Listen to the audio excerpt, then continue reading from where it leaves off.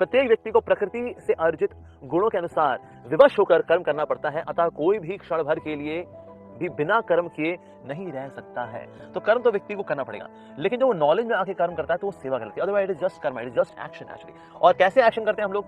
We do actions as per our psychophysical nature. तो हमारा एक साइकोफिजिकल नेचर है,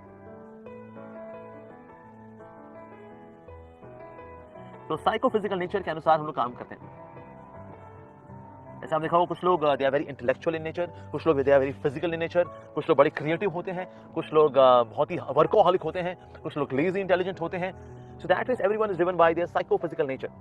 सो साइकोफिजिकल नेचर के अनुसार हमें कर्म तो करना पड़ेगा, लेकिन सिर्फ साइकोफिजिकल नेचर के अनुसार कर्म करना, यानी कि अगर कोई प्रीस्टली क्लास का व्यक्ति है तो प्रीस्टली कार्य करे, कोई अगर वॉरियर है तो वॉरियर वाला कार्य करे, ओके। अगर कोई वैश्य है, दैट मींस अगर कोई बिजनेस क्लास का व्यक्ति है, अगर वो बिजनेस क्लास वाला कार्य करे, और अगर कोई से लेबर क्लास का है, वो मतलब मेहनत मजदूरी वाला कार्य करे। हर एक का अपना अपना स्वभाव होता है और लोग अपने स्वभाव के अनुसार ही अपने प्रोफेशन को चुनते हैं। तो जो लेबर करने वाला व्यक्ति है वो इंटेलेक्चुअल कार्य नहीं कर पाता, जो इंटेलेक्चुअल वाला व्यक्ति है वो बिजनेस नहीं कर पाता, जो बिजनेस वाला व्यक्ति है वो नौकरी नहीं कर पाता, जो नौकरी वाला व्यक्ति है वो एडमिनिस्ट्रेशन नहीं कर पाता।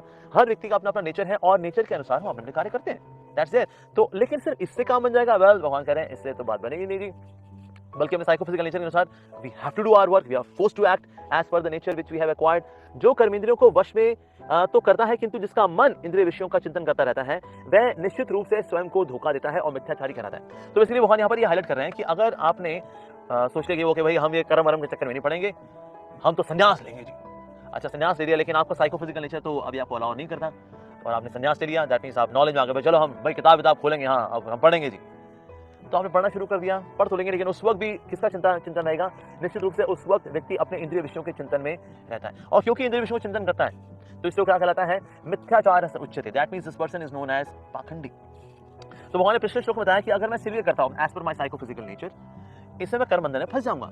और अगर मैं अपना ये सेवा नहीं करता हूं, ये मैं एक्शन वाला कार्य अगर नहीं करता हूं, ओके, अगर मैं एक्शन नहीं करता, सिर्फ नॉलेज में आता हूं कि भाई छोड़ो घर बार, चलो हरिद्वार, तो हरिद्वार जा करके मैं भले ही संन्यास ले लूं और मैं वहां पर किसी गुफा में जाके बैठ जाऊं, लेकिन वहां पर चिंतन तो यही होगा, अरे घर छोड़ दिया मैंने यार, कुछ भी हो, जैसी भी थी, शाम को घर आता था, पकौड़े तो खिलाती थी, कुछ भी हो जी, शाम को जब मैं घर पहुंचता था तो ये तो पूछती थी, और जी दिन कैसा बीता?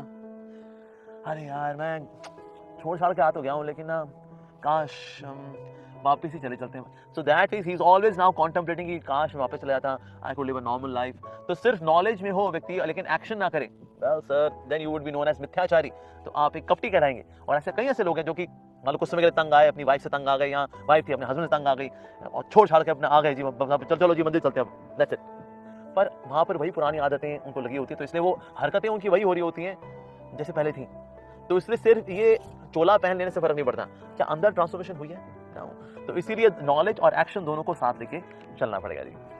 आगे बढ़ते हैं। दूसरी ओर यदि कोई निष्ठावान व्यक्ति अपने मन के द्वारा कर्मेंद्रियों को वश में करने का प्रयत्न करता है और बिना किसी आसक्ति के कर्मयोग कृष्ण भावनामृत में प्रारंभ करता है, तो वह अति उत्कृष्ट है। That means there is a difference between a struggler and मिथ्याचारी। ये जो अभी हमने आपको बताया कि ऐसा व्यक्ति जो कि नॉलेज लेना चाहता है लेकिन अभी लेकिन कोई एक्शन नहीं करा, इवन दोस्तों साइकोफिजिकल नेचर उसको पुश करता है और इसीलिए उसका मन जो है इंद्रिय विषय में लगा हुआ है बार बार बार बार बार बार बार बार, that is known as pretender और पाखंडी। तो ऐसा व्यक्ति जो प्रिटेंडर है,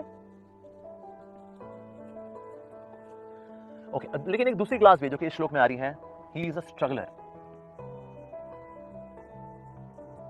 स्ट्रगलर जो होता है वो संघर्ष करता है, जो प्रिटेंडर होता है ना वो संघर्ष नहीं करता, उसका मन स्वाभाविक रूप से बस लगा रहता है इंद्रियों में, भले खींच के रखता है, अब गुफा में बैठा है लेकिन मन उसका वहीं लगा हुआ है, और फिर अल्टीमेटली अगर कोई मौका मिलता है तो गलत काम कर भी लेता है। ऑन दी अदर हैंड जो स्ट्रगलर होता है वो भी अपने इंद्रियों से लड़ रहा है, ओके, वो लड़ता है, ये लड़ता नहीं है, ये लड़ता नहीं है, जिसको जब मौका मिलता है कर लेता है, गलत काम कर लेता है, उसका कोई गिल्ट भी नहीं फील करता, कहता अब जो होगा होना था हो गया यार, हो गया, किसी को पता नहीं चला, हाँ किसी को पता नहीं चला। सो उसको बोलते हैं प्रिटेंडर।